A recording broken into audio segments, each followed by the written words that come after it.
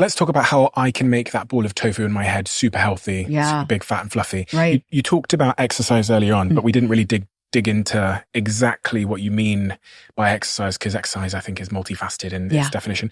What kind of exercise should I be doing to make my ball of tofu in my head great? Yeah. Optimal? Mm-hmm.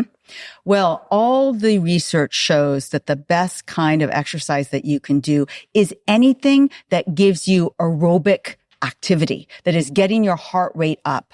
So that goes for, power walking will get your heart rate up. Soccer, so many different things. Name your activity. So many people want to say, oh, well, my favorite activity, will that work? And I always just say, is your heart rate up when you're doing it?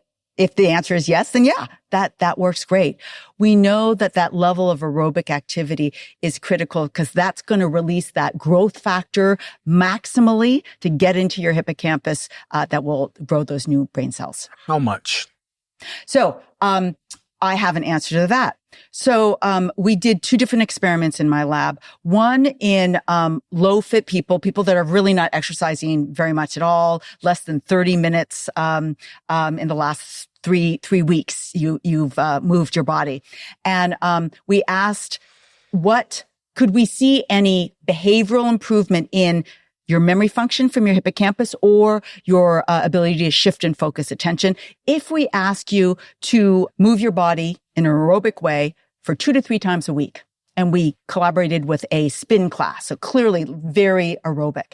And what we found was in those people that did successfully do 2 to 3 times a week a 45-minute aerobic activity, their mood got significantly better, their memory function got better, and their ability to shift and focus attention got significantly better. So that gives a little bit of a guideline for low fit people. 2 to 3 times a week can start to give you some of those cognitive changes.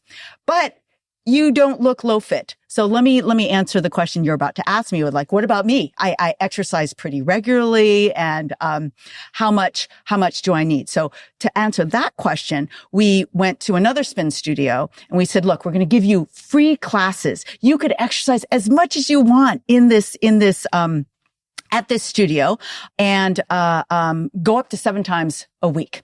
And the control was just stay the same. They were working out twice a week at the studio. And so what we found was basically every drop of sweat counted.